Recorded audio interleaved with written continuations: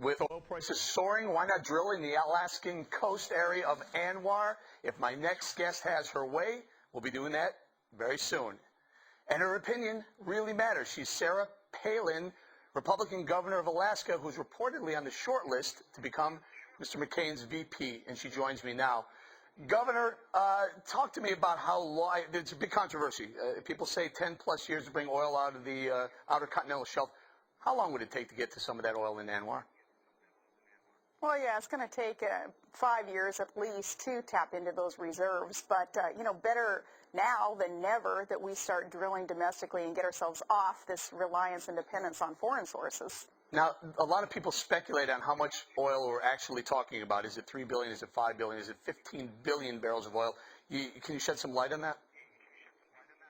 We have billions and billions of barrels of oil throughout Alaska, and in that plain there on the coast called Anwar, there are billions there. There are also trillions of cubic feet of natural gas in Alaska and offshore along our shelf also.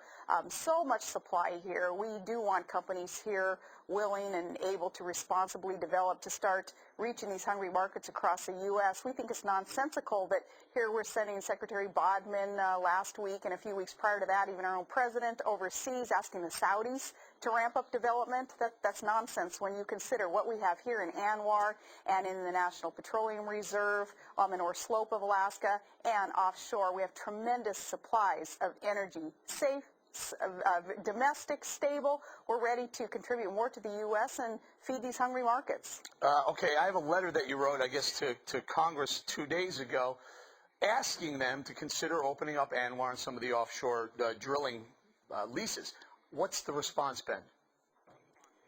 Spoke with the senator this morning about that, and hopefully I'll be speaking with other congressmen in the next couple of days in follow-up to that letter. But that letter, it also not only, of course, encourages opening up Anwar for exploration and drilling and offshore, but it also asks the question, if not that, Congress, what is your plan? Do you not see the light? Do you not understand that we have to become less and less reliant on extreme regimes, dictators that don't necessarily like America, who are able to import energy sources into our country when we don't have to rely on them? If you would allow us, Congress, if you would have an energy plan and allow us more domestic supply to be pumped. So that's what that letter is asking also. Governor, talk to me about exactly how much of Anwar we're talking when you talk about oil development. It's not the full protected area, are we? No, and that's a great question, and I think whoever's doing the PR messaging that's all messed up at this point, making it sound like it's this huge swath of pristine land that we want to corrupt and drill in, that's not the case here. It's 2,000 acres of land, a sliver of Anwar that we want to see development take place on. It's only 2,000 acres. That's smaller than the footprint there of, say, LAX and other airports across our country. Now, I've spoken to a lot of drilling companies talking about how long it would take to bring oil off the continental shelf back to our refiners, and they say a lot of it has to do with infrastructure. Correct me if I'm wrong. The good news is with the Alaska North Slope infrastructure already in place, it saves a lot of that time and money to bring that oil down. Yeah, absolutely. It's not going to take that long. We do have the infrastructure. We have the Trans-Alaska Oil Pipeline, an 800-mile pipeline coursing through Alaska that can carry a much greater supply of petroleum product. Remember, it's only about half full right now. It's about a 30-year-old pipe. There's still plenty of life in there if we take care of that pipe, and there's certainly plenty of capacity. And in fact, we need more capacity in there so that the operations run more smooth in that pipeline process. Are you going to be the VP candidate to Mr. McCain?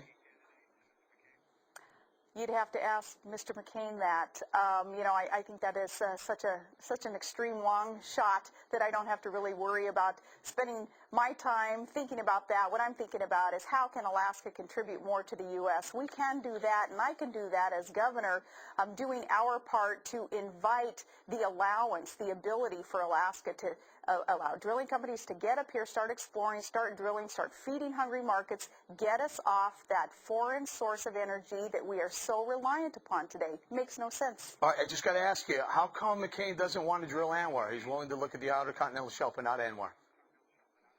Yeah, and thank goodness he's evolved his position there on OCS. We're very thankful for that, and we think he's absolutely on the right track, and a lot of respect in energy policy, but he's wrong on ANWR, and I'd like the opportunity to get to convince him that we'd like to see the evolution there in his way of thinking, as he did with offshore, to embrace the idea of ANWR exploration and drilling also. And I think that that's going to happen. I think as more and more constituents across the U.S. let their senators, their congressmen and women know that they do not want to be reliant on foreign sources of energy. They want drilling domestically, and Alaska being ready, willing, and able to produce more, they're going to start sending that message to Congress, and I would hope that those elected officials would start listening to their constituents and start allowing the production that's needed in this country. Governor, thank you very much for joining us. I hope they all listen to you as well. Thank you, sir. All right.